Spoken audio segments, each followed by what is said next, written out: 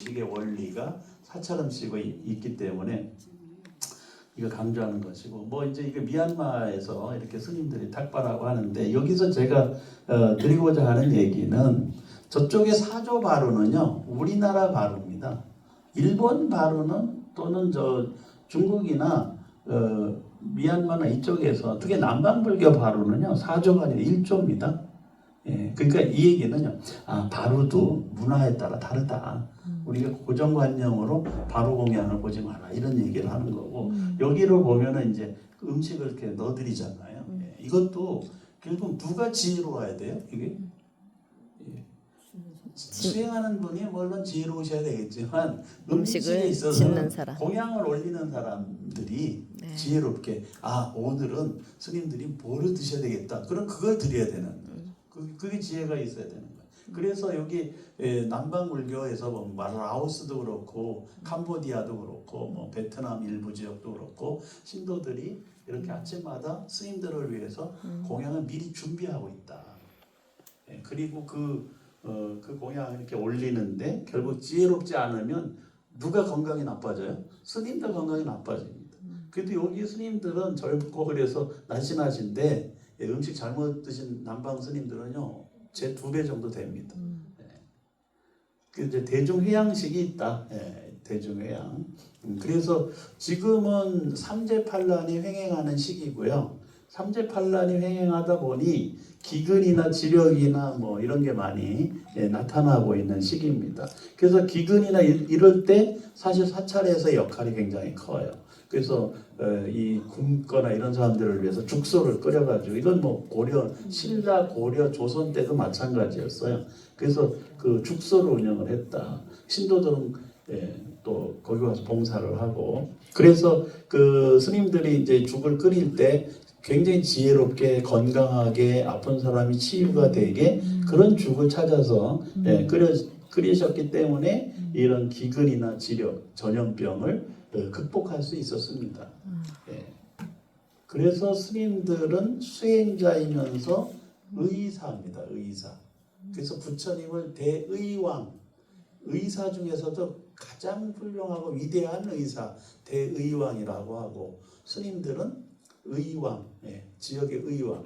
그러니까 의술로 사람들을 구제해주는 역할을 하는 분들이 있었다는 거죠. 그래서 물론 뭐 그 옛날에도 그 별도의 의관, 의사들은 있었지만 그 빈 공백, 돈 없고 힘 없고 또 의사를 찾아갈 수 없는 산중에 있는 사람들은 스님들께 와서 치료를 받은 것은 스님들이 수행 과정에서 자연스럽게 그걸 알고 계셨던 거예요. 그래서 저기 몽골도 가봤는데, 몽골이 70년 동안 불교가 없었고 공산주의 체제에 있었습니다만은 최근에 1990년경에 이제 91년에 민주화가 되면서 불교가 되살아나기 시작을 했어요. 그래서 몽골 사람들이 한 70% 이상이 불자가 됐는데, 그 동안에 그 스님들이 숨어 사시면서 뭐를 했느냐, 민속의학, 토속의학 이걸 하셨어요.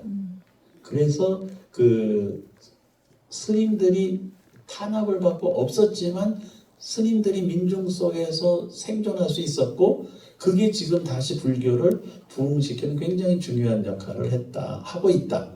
그래서 제가 저 울란바토르에 가서 보니까 거기 큰 절이 10개가 있는데 10개의 대학을 운영을 하고 학교를 운영하면서 거기서 스님들에게 의학도 가르치고 일본 학문도 가르치고 다양한 엘리트를 배출해내기 위해서 노력을 하고 있다는 것을 봤어요. 그래서 여하튼 이렇게 삼재팔란이 횡행할 때 이것을 구제하고 구출해낼 수 있는 사람들이 누구냐?